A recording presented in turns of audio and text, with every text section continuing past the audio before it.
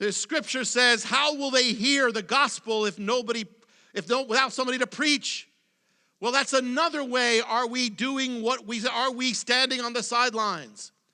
You know, that God has given us a great commission. Are we in that great commission, or are we watching the great commission?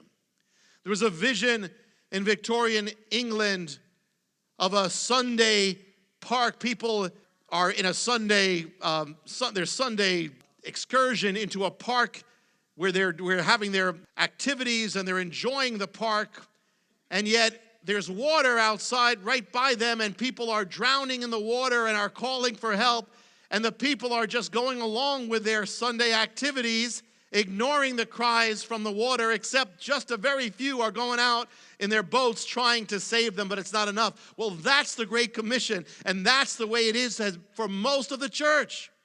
It is not optional to spread the gospel. God didn't say it. He didn't say if you'd like, then spread the gospel. If you feel good about it, then make disciples of all nations. He said, go, this is my command.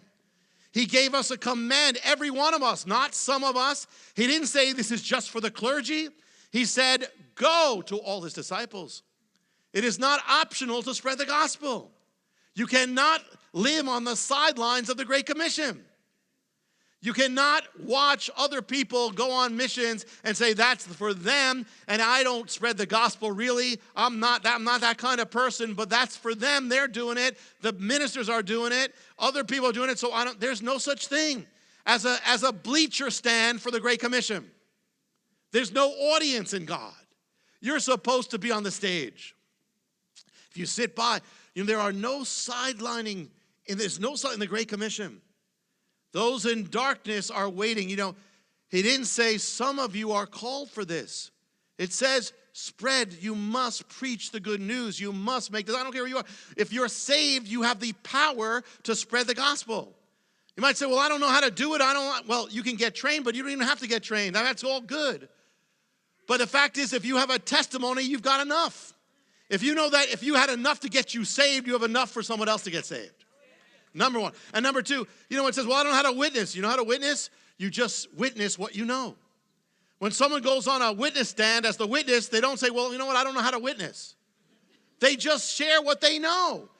Did the Lord touch your life? Share it. Did the Lord change your life? Share it. That's your witness. That's it. And there's another way of standing on the sidelines of God and your own calling. Esther specifically was dealing with a situation of evil. Evil. And what the Bible calls us to do is when there's evil, we cannot sit on the sidelines and say, well, you know what? It's not happening to me. It's happening to somebody else. You look back at, the examples like that, like the example of the greatest darkness of evil when the Third Reich had swept over Europe, and you look back at all the people who went along with it, number one, and then all the people who didn't do anything about it, saw it, didn't do anything, and then just the few who actually did something, they stood against it, and those who hid Jewish people in their houses. Now you think, well, that's what I would do. I would hide. Sometimes believers say to Jewish people, hey, if something happens, I'm going to hide you. Okay. But think about what that meant for them. What it meant was if you hid a Jewish person in your house because it's the right thing to do, you were also risking your family's life. Because if they found out, you would go to a concentration camp and most likely your whole family. So now would you do it? Would you do it? Would you risk your life and your family's life to save other people who are being persecuted? Let's say a government takes over and they persecute a certain minority group. It's not you. May not be so. You may not know many people from that group. And would you risk your family's life for them? Now think about it. But what is the right thing to do? What would Messiah do? Messiah would risk his life. Messiah would risk to save, lay down his life. That is, we are called to stand against evil in big ways and little ways. Little way, I can tell you right now, someone's gossiping. What do? Do you go along with it? That means you're a gossiper. Do you just listen to it and do nothing about it? Someone's tearing down someone else and that's it? Did you oppose the gossip? If you don't oppose it, You are standing on the sidelines of evil.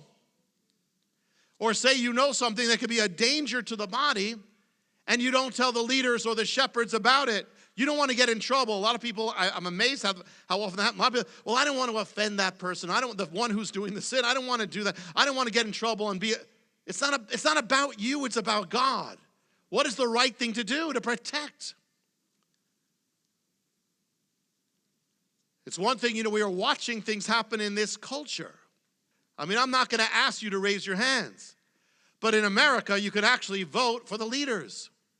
If we are given that choice, you couldn't do that in the time of Ahab or Jezebel. You were stuck. And yet you still had to do the right thing. But here you could have actually, you could have actually voted out Ahab. If he was like now. So here we have a vote. And yet, do we even vote?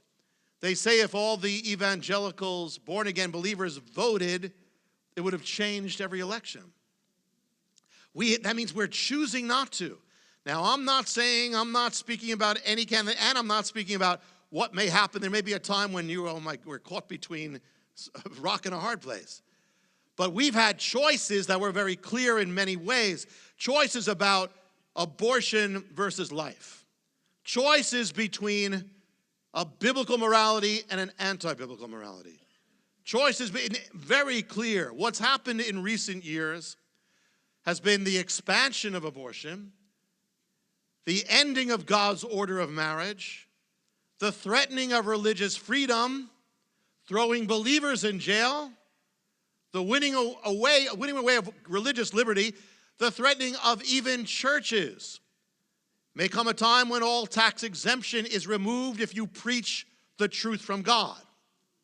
That is not a scare tactic. That is what the actual lawyer of the White House said at the Supreme Court hearing on marriage when he was asked, well, will this ultimately, if we change marriage, then those who still hold to marriage, like religious schools, will they be stripped, punished by the state of their tax exemption? And the lawyer said, yes, that will be an issue.